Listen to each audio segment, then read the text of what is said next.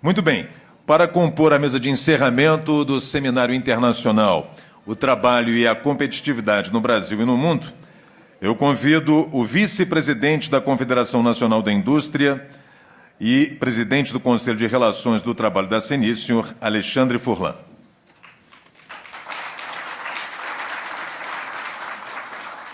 O presidente do Tribunal Superior do Trabalho, o ministro Carlos Alberto Reis de Paula. O secretário de Relações do Trabalho do Ministério do Trabalho e Emprego, o senhor Manuel Messias. E a vice-presidente da Central Única dos Trabalhadores, senhora Carmen Foro.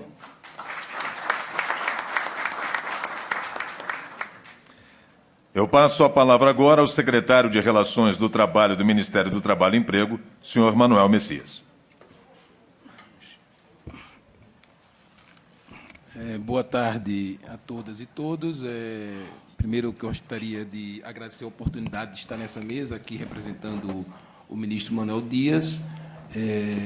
Este seminário, e eu tive a possibilidade de ouvir esse painel final, é extremamente estimulante para aqueles que acreditam que o diálogo social é um instrumento concreto de avanço nas relações de trabalho no Brasil. A possibilidade de ver os empresários, através da sua Confederação da Indústria, e os trabalhadores, através da Central Única dos Trabalhadores, num espaço junto com o Tribunal Superior do Trabalho, discutindo a questão da competitividade do trabalho e fazendo uma reflexão com base nos 70 anos da CLT, certamente é estimulante. Só, como eu vi algumas coisas aqui, eu sei que não me cabe fazer nenhuma palestra, não o farei, mas não poderia deixar de colocar 2 ou 3 aspectos que eu creio que é importante. Primeiro, nós estamos 70 anos da CLT. Estamos, como já foi dito aqui, há 25 anos de uma Constituição, de uma Constituinte, que é uma promessa de país. Promessa de país construída em plena democracia. Nós estamos no mais, e já virou rotineiro dizer isso, no mais largo período de democracia que o Brasil já viveu. Né? Nós temos em que centrais sindicais existe há décadas à luz do dia, que partidos de todas as visões políticas, todas, vivem à luz do dia. Né? Nós vivemos num país que ao mesmo tempo, estamos no período de 10 anos, praticamente, de crescimento da economia com distribuição de renda, 10 anos, largo período, se pensarmos a história do país, com 10 anos de crescimento com distribuição de renda, com incorporação de quantidade de milhões e milhões de trabalhadores ao mercado formal, praticamente dobrou o mercado formal brasileiro no último período. E nós temos um país que tem que olhar o futuro.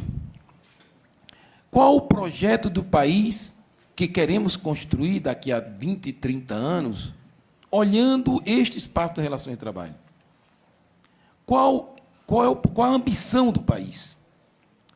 Me parece que a ambição do país não pode ser, por mais que pensamos na questão da competitividade, não pode ser a ambição de termos um país em que não há relações de trabalho institucionalizado, como na maioria dos países que são extremamente competitivos asiáticos, inclusive a China. Porque este é construir um modelo de país em que o trabalho terá um valor muito pequeno, ou será menor ainda o valor do trabalho, e será menos democrático ainda a construção dessas relações de trabalho. Eu acho que este é o desafio.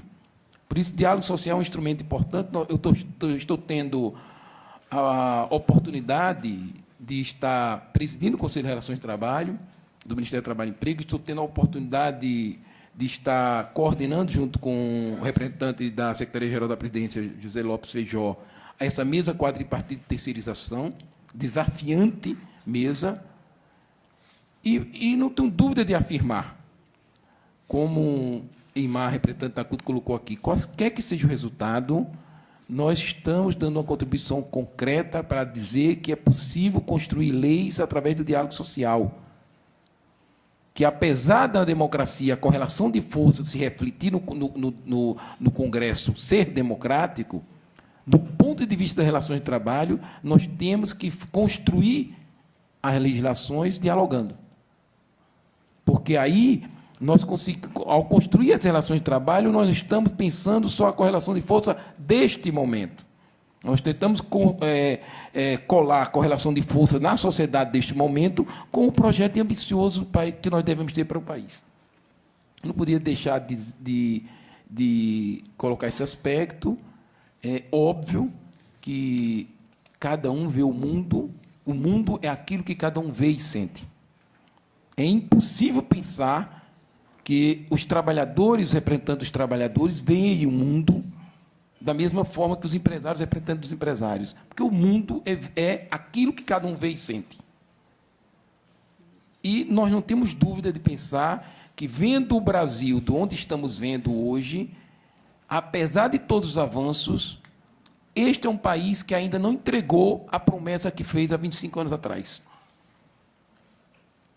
Vendo o mundo que nós vemos hoje, com todo esse longo período de crise econômica e financeira, não podemos achar que a saída é o crescimento do desemprego, como a OIT vem cada ano alertando. Está crescendo o desemprego no mundo. Está crescendo a quantidade de pessoas que não ganham com o seu trabalho para viver dignamente. É óbvio que isso não pode satisfazer ninguém que quer uma sociedade um pouco melhor. Uma sociedade um pouco mais equilibrada, mais digna. Apesar disso, desses desafios, e até por esse desafio, estamos convencidos, volto a dizer, que este tipo de atividade é essencial para que nós possamos construir, em tempos democráticos, dialogando as mudanças que nós precisamos fazer no mundo do trabalho. Obrigado, parabéns para a CNI, parabéns para a CUT, para o TST. Com a palavra, a vice-presidente da CUT, Central Única dos Trabalhadores, senhora Carmen Foro. Então, boa tarde novamente. Creio que hoje foi um dia, podemos avaliar, muito positivo, né? Os debates realizados aqui, o diálogo realizado, deve produzir, como disse o Adalton aqui, uma nova perspectiva de continuidade do diálogo, eu espero, né? Acho que as experiências apresentadas aqui demonstram para nós, por outros países, que, de fato, o alto desemprego na Europa, na Itália, na Espanha, de forma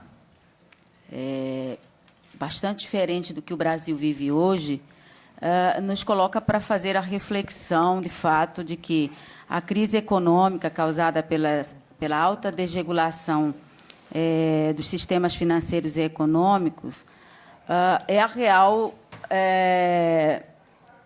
causa dessa situação, e que é necessário fazermos esse nível de reflexão para um momento importante do nosso país e perceber que nem mesmo nos países com leis mais flexíveis, né, como Estados Unidos, aqui apresentado no debate hoje pela manhã, conseguiu evitar o desemprego e as consequências que ele traz para o aprofundamento da crise, e muito menos as medidas de flexibilização tomadas por países que seguiram, né, e não conseguiram reverter a crise econômica com medidas que aqui foram expressas, né? As medidas expressas para a crise econômica, que, na nossa opinião, foram flexibilização de um patamar de direitos que já haviam sido conquistados por essas populações. As medidas não resolveram ainda o problema do alto desemprego. Portanto, nem desregularização, nem tampouco flexibilização tem demonstrado eficácia para esse momento de crise mundial e de desemprego em vários lugares do mundo. Então, nós entendemos que é preciso avançar na modernização, na atualização das bases da CLT. Isso parece ser um ponto comum de todo o debate e das reflexões que nós temos feito, mas para um modelo que privilegie cada vez mais o diálogo social, né, com as empresas, a negociação e a contratação coletiva, levando em conta, inclusive, todos os debates que aqui nós fizemos, de que elas, por si só, não respondem todas as realidades, mas é preciso que a gente possa avançar nesse sentido. As falas aqui também trouxeram questões que já fazem parte do diálogo cotidiano que, muitas das vezes, fazemos com as empresas, que a livre negociação só é possível, na nossa opinião, se a gente organizar as regras do jogo para essa livre negociação.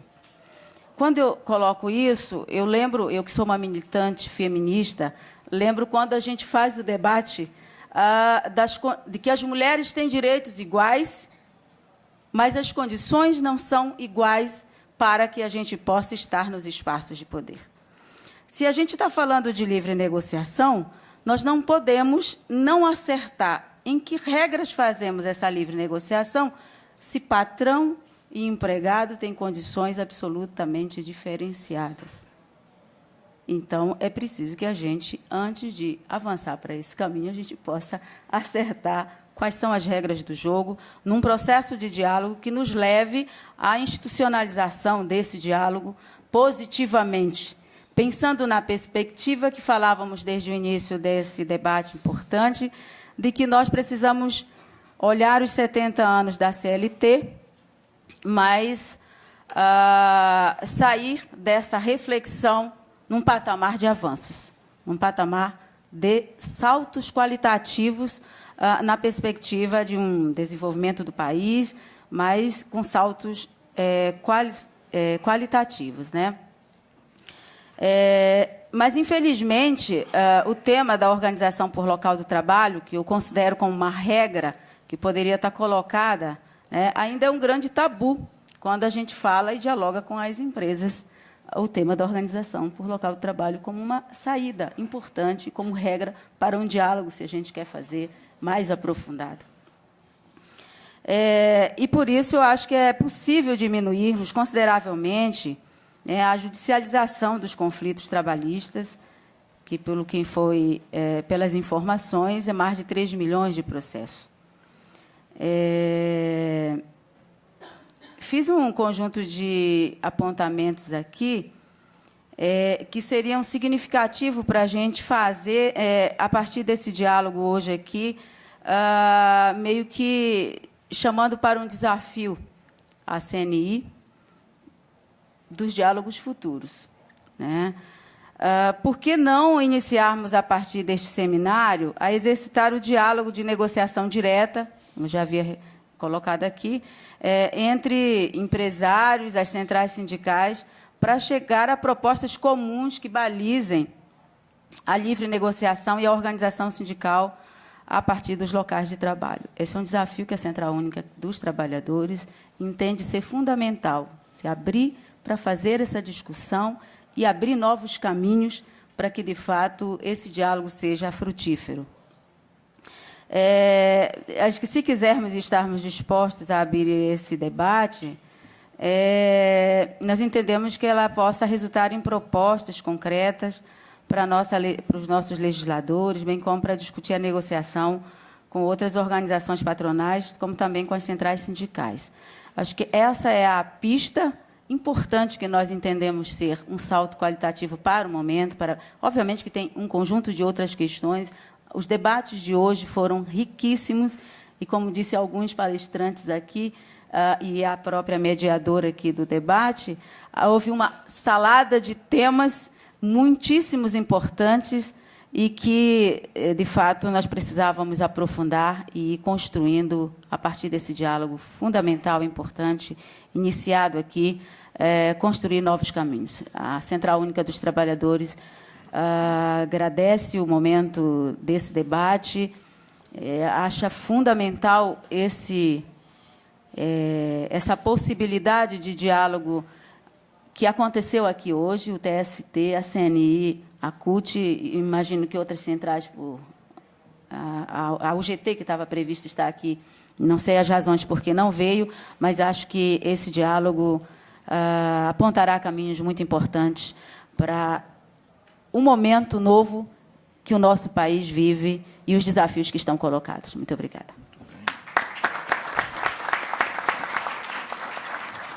Agora, com a palavra, o presidente do Tribunal Superior do Trabalho, o ministro Carlos Alberto Reis de Paula. Boa tarde a todos. Eu acho que nós vivemos momentos que devem ser destacados. Eu sou juiz desde 1979 e destaco, sobretudo em relação à Justiça do Trabalho, a proximidade que a Justiça do Trabalho quer com a sociedade. Quando nós fizemos encontro com os representantes empregados e empregadores, e Alexandre Furlan estava lá presente, nós destacávamos isso. Nós temos de dialogar. Quem julga para julgar bem tem de conhecer a realidade. Esse é um fato fundamental. Então, esse Brasil, que eu estive fora, mas através de minha assessoria me disseram o que ocorreu aqui, esse Brasil que hoje é muito diferente de outros países, um Brasil que não está em crise, mas é um país de desafios. Esse Brasil, ele tem vários segmentos. Obviamente, nós não temos uma solução única para os problemas do Brasil, sobretudo do ponto de vista empresarial e do trabalho. Então, o que ocorre neste momento e que nós, na condição de presidente do TST, temos a destacar? O momento de 70 anos da CLT significa o quê? Significa redescobrir um dos maiores princípios da CLT. Basta ler, e eu vou invocar novamente Alexandre Furlan, que foi juiz classista, todo dissídio individual ou coletivo no direito do trabalho passa pela fase de conciliação. Todos eles.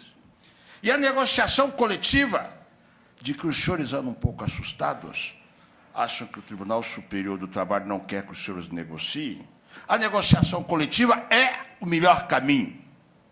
É o melhor caminho, porque os senhores que vão negociar conhecem as circunstâncias e as peculiaridades e as singularidades de cada situação. O que eu acho fundamental é que nós temos, eu vou dizer uma frase que eu certa vez eu disse no plenário aqui da CNI, me criticaram-me um pouco, mas eu vou voltar a dizer. Nós temos de aprender a negociar, quer trabalhador, quer empregador. Não adianta os senhores negociarem, não adianta os senhores trabalharem, sem depois revelar para quem posteriormente vem a ser convocado para se manifestar sobre a negociação, se eu não tenho elementos que provem por que se chegou àquela conclusão, se fixou aquele parâmetro, se chegou a estabelecer aquela determinação.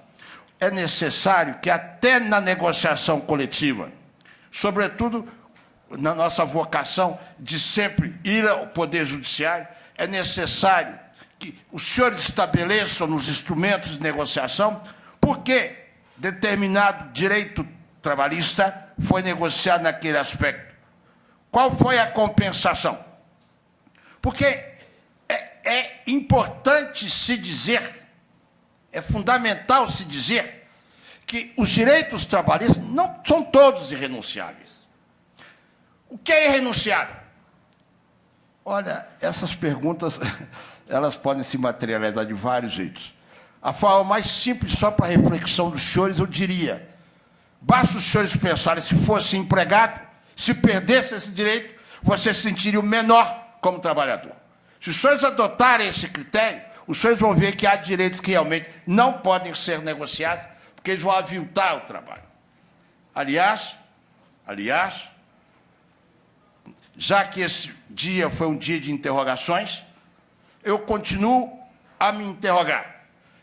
É impossível eu trabalhar com o que a Constituição há 25 anos estabelece como preceito maior na organização econômica, qual seja o pleno emprego e a competitividade, as empresas sadias. É impossível eu compor esses elementos? Não acho que o seja. O problema é que nós temos de continuar conversando. O problema é que nós temos de negociar. A questão básica é que nós temos de olhar para o outro, entender que o outro defende interesse, mas tem de respeitar os meus, assim como o jogo deve ser da outra parte. É nesse sentido que eu cumprimento a CNI, parceiro nosso, porque eu me recordo quando nosso presidente Robson esteve lá e ele teve essa ideia, nós a abraçamos e aqui estamos presentes. Não é? Digo, só para exemplificar o nosso ponto de vista. Aqui isso foi mencionado, eu cheguei rapidamente, eu sei que isso continuamente está na cabeça dos empresários e está na cabeça dos empregados, a questão da terceirização. Vejam só, a terceirização é um fenômeno de hoje? Não. O que é que existe sobre terceirização no Brasil? Nada, a não ser 2 leis sobre telefônica e energia elétrica, só. Por que o TST criou uma súmula? Porque o TST era obrigado a julgar. Estão negociando sobre terceirização. Tem avançado? Eu digo, minha opinião, tem se avançado. Há questões em que se tem um extremo cuidado. Extremo cuidado. E eu vou situar uma. Na questão trabalhista, não basta simplesmente eu salientar que eu vou proteger o direito individual. Se eu, num sistema que eu estabeleça, eu vou esvaziar a representação sindical, eu acho que eu tenho que ter extremo cuidado com isso. Porque o trabalhador desprotegido, ele se torna frágil. Eu não posso. Os senhores da empresa, nós estamos reunidos aqui na Casa Maior da Indústria do Brasil. Por que os senhores são ouvidos? Por que nós continuamos a discutir com os senhores? Porque os senhores têm representatividade. E é necessário também que eu busque a representatividade por parte do trabalhador. Eu não vim fazer palestra, não. É só porque eu ouvi algumas coisas ao final, sob o comando da nossa jornalista tão talentosa, que eu me senti estimulado a fazer essas ponderações, como diz um amigo meu, para não resolver nada, para que há mais problemas. Muito obrigado a presença dos senhores, foi um prazer muito grande.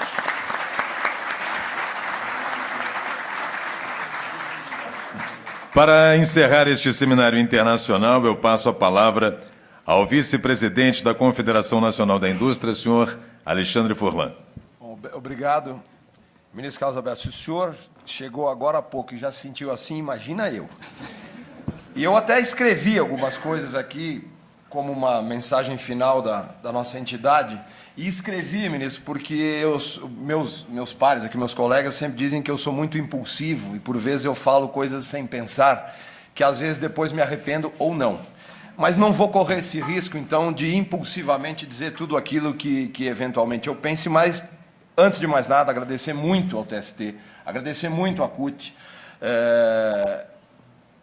entenderem e estarem aqui conosco para discutir todas essas questões. A conclusão que eu chego, pelo menos do meu ponto de vista, é que, e sem tecer críticas aqui a determinados posicionamentos, é que as formas de trabalhar e a capacitação dos profissionais se transformam, sim, hoje em dia, em um diferencial necessário para que as empresas possam galgar níveis de eficiência e de competitividade nesse mercado cruel que nós temos pelo mundo afora. Claro que nós devemos respeitar as diferenças existentes entre o nosso país quando nos deparamos com dificuldades e outras coisas. Mas, porém, nós constatamos que nas últimas décadas, que diversos países, quando se confrontaram com essas dificuldades em obter competitividade, de uma forma ou de outra, sempre terminaram por examinar o seu mercado de trabalho e a sua regulação trabalhista. Talvez não quisessem ter feito isso, mas se obrigaram a fazer. E esses países, como foi dito aqui hoje, em maior ou em menor grau, têm buscado, sim, modernizar suas relações de trabalho, para dar melhores condições de produtividade e de competitividade, sem, no entanto, e é isso que tem que ser o nosso caminho a trilhar, de prejudicar o seu maior capital, que são as pessoas, que são os trabalhadores. E, por tudo que foi mencionado aqui pelos palestrantes, eu acho que depende essencialmente, no que importa as relações de trabalho, a existência de trabalhadores qualificados, regras elásticas, eventualmente, para se obter melhores resultados, Ou seja, em última análise, a legislação trabalhista e a qualificação profissional são estratégicas para que o nosso país produza mais, seja mais competitivo, até pelos dados que já foram citados aqui. Uma coisa que às vezes, e agora já vou falar sem o que está escrito aqui. Por que é que algumas vezes a gente diz que a sociedade brasileira tem maturidade para resolver determinados assuntos e para resolver outros assuntos nós não temos maturidade alguma? Será que nós somos tão díspares assim? Eu acho que não. E é por isso que eu sempre me concentrei em achar que o conceito de hipossuficiência de 70 anos atrás não pode ser o mesmo. Hoje nós temos as centrais que têm um Diese com mais de 100 economistas, que conhecem tudo, que nos dão aula, às vezes, para nós, empregadores, em mesas de negociação. Nós não temos mais, e é isso que eu me bato. Claro que nós temos hipossuficientes pelo Brasil afora, claro que nós temos, ministro, maus empregadores. Temos. Não são esses que nós defendemos aqui. Não são os empregadores que precarizam, que não registram seus colaboradores, que não recolhem o imposto, porque esse aí vai tentar subornar o fiscal, quando o fiscal vem fazer uma fiscalização, ele vai tentar desvirtuar os preceitos de proteção que nós temos e que nós somos muito caros a eles, e somos sim. Não é hipocrisia o que eu estou falando aqui.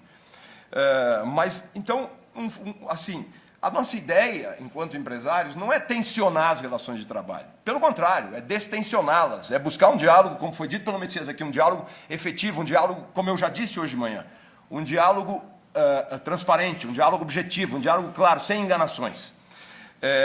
Porque isso não é... Eu não estou olhando para mim, para o benefício que vai acontecer para o empresariado, eu não estou olhando para um benefício que eventualmente aconteça para os trabalhadores, para um benefício para o governo, para o judiciário, para o legislativo ou para o executivo. Eu estou olhando para um benefício para o meu país, que é a sexta economia do mundo e que ainda tem várias mazelas que nós precisamos superar.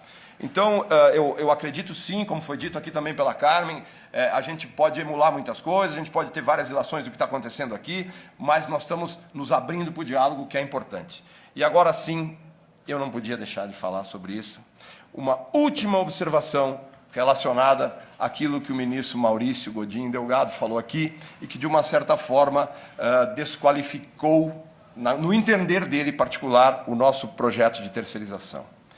Se é verdade, como foi afirmado, que existe uma diferença entre trabalhadores que são aqueles que a empresa tem no seu quadro e que, portanto, às vezes, necessita de uma qualificação maior do que aqueles que são de atividades terceirizadas, se essa diferença existe, existe uma diferença muito mais gritante e muito maior entre esses terceirizados que nós estamos procurando dar segurança jurídica e os 52% de informais que existem no país. Esses sim precisariam a nossa atenção.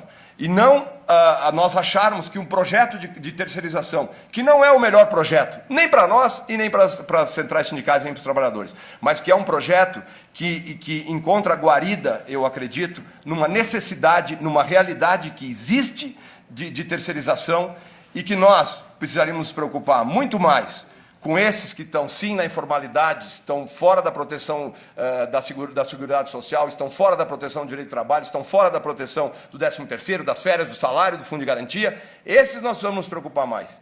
E se nós precisarmos aprimorar o projeto de terceirização, que o façamos. Mas que não digamos que esse projeto não serve porque ele precariza. Esse projeto não precariza, esse projeto regulariza. Muito obrigado.